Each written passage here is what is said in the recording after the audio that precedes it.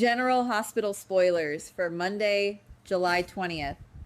Trina Robinson walks in to visit her best friend, Jocelyn Jacks, who is lying in that hospital bed recovering from a gunshot wound. On the surface, it is just a standard visit between two young women who have survived countless tragedies together. But as Trina gently presses for answers, trying to understand what truly happened on Spoon Island and how Jocelyn ended up in the crosshairs of a bullet, Jocelyn deflects. She offers vague, hollow explanations. She dodges the questions with a practiced ease that does not belong to a college student. At first, it didn't seem important. We all know Jocelyn is protecting her new dangerous affiliation with WSB head Z. She is bound by a secret deal to cover up Ross Cullum's crimes and secure the freedom of Jason Morgan and Valentine Cassadine. But the way she looks at Trina, the way she effortlessly lies to the person she trusts most in the world, sent a chill down my spine. I couldn't stop thinking about it. We are watching Jocelyn cross a threshold from which she can never return. She is no longer just Carly's daughter playing detective. She is an operative learning how to compartmentalize her civilian life from her shadow life. And Trina, who is so incredibly observant, has to know she is being fed a script. The distance growing between them in that tiny hospital room is palpable. Following the thread of these hidden truths, my mind wanders away from the hospital and into the tense, sophisticated atmosphere of the Port Charles art scene. Brooklyn Quarter Main, drowning in the anxiety of her own collapsing lies regarding the hit and run, actively seeks out Ava Jerome. Brooklyn is desperate, cornered by Harrison Chase's relentless investigation, and she bluntly demands to know the identity of Phoebe Wilson's biological father. Now, Ava Jerome is a woman who usually holds all the cards. She is the master of leverage. But in this specific instance, Ava genuinely does not know the truth. Ethan Levitt's bleeding confession at the gallery that he is not the father left Ava just as in the dark as everyone else.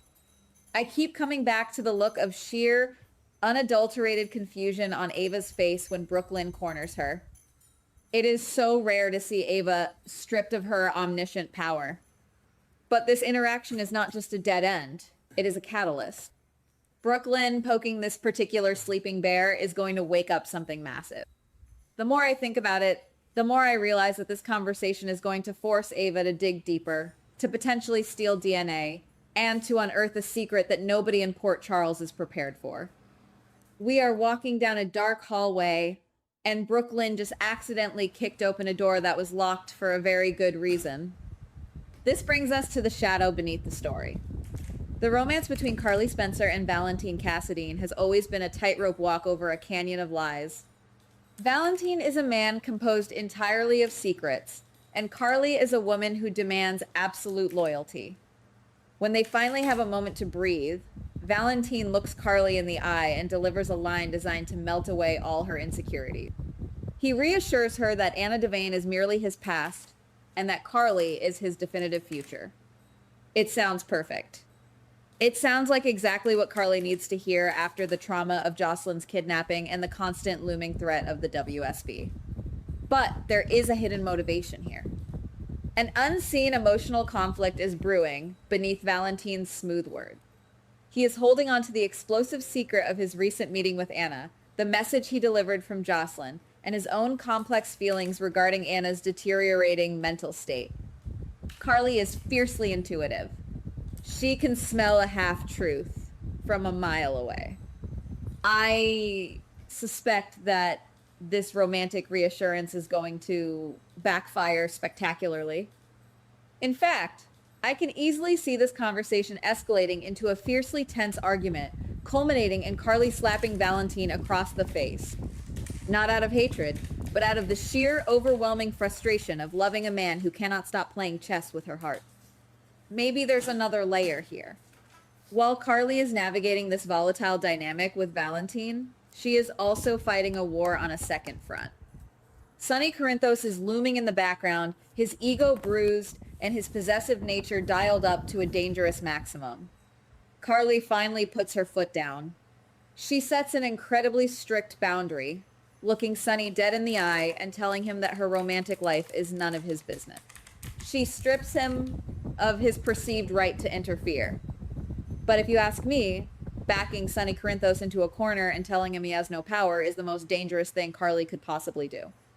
Sonny does not retreat. He retaliates. He retreats to his dimly lit office, the shadows masking his face, and he makes a phone call. He enlists Brick. It's possible that Sonny believes he is protecting Carly, but the reality is far more sinister. He officially tasks Brick with sabotaging Carly and Valentine's relationship. And Brick, who harbors his own deep, complex affection for Carly, confidently agrees to the mission. He tells Sonny not to worry, that he can handle it. I keep wondering whether Brick truly understands the hornet's nest he is stepping into.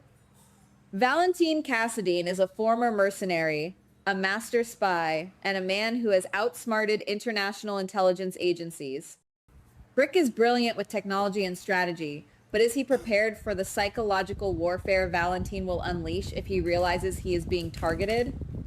We are looking at a collision course between two of the most dangerous, calculating men in Carly's orbit.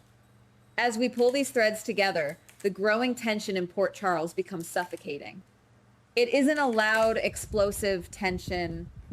It is the quiet, creeping dread of watching dominoes slowly tip forward.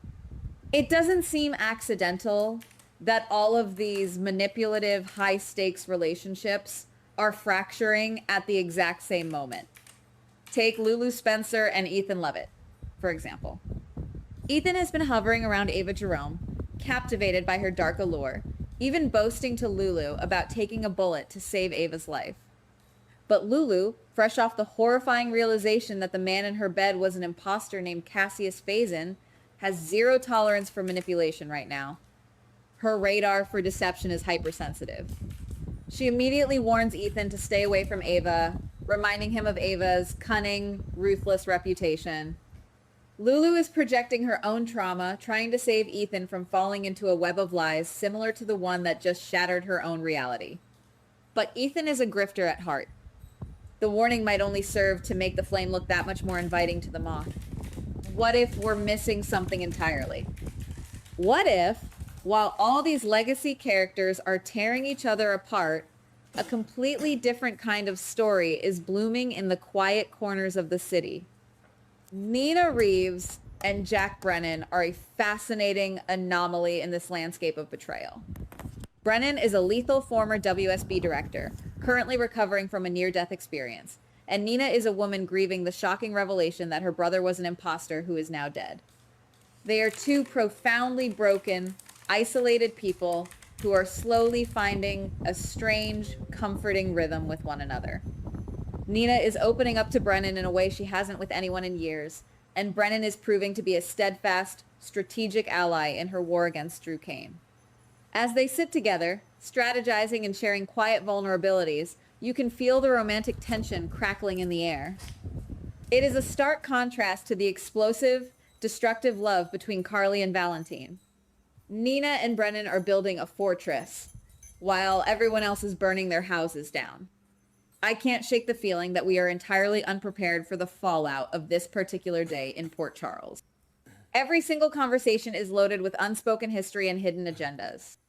Brooklyn's desperate questions to Ava are going to unravel the mystery of Phoebe's paternity, a secret that threatens to destroy multiple lives. Jocelyn's lies to Trina are cementing her tragic descent into the lonely, paranoid world of the WSB, isolating her from the light she used to walk in. Carly's slap, her fierce boundary with Sonny, and her volatile romance with Valentine are creating a vortex that is going to drag Brick into a dangerous spy game he might not survive. And through it all, Sonny sits in the dark, pulling strings, completely unaware that his actions might push Carly further away than ever before. We are watching a masterful game of emotional chess, but half the players don't even realize they are on the board. The pieces are moving on their own. The secrets are mutating, growing teeth, and preparing to bite. Something feels unfinished. The air is too heavy, The promises are too fragile, and the lies are too intricate to sustain themselves for much longer. I don't have the answers for you today, guys. I don't know who will be left standing when the dust finally settles on these colliding storylines. But I do know this. Port Charles is standing on a fault line, and the ground is already beginning to shake. We are just waiting for the earth to crack open. Until then, we keep watching, we keep wondering, and we keep walking down this dark hallway, waiting to see what is hiding behind the next door. Goodbye. Please like, subscribe, and comment on the GH Spoilers Daily channel.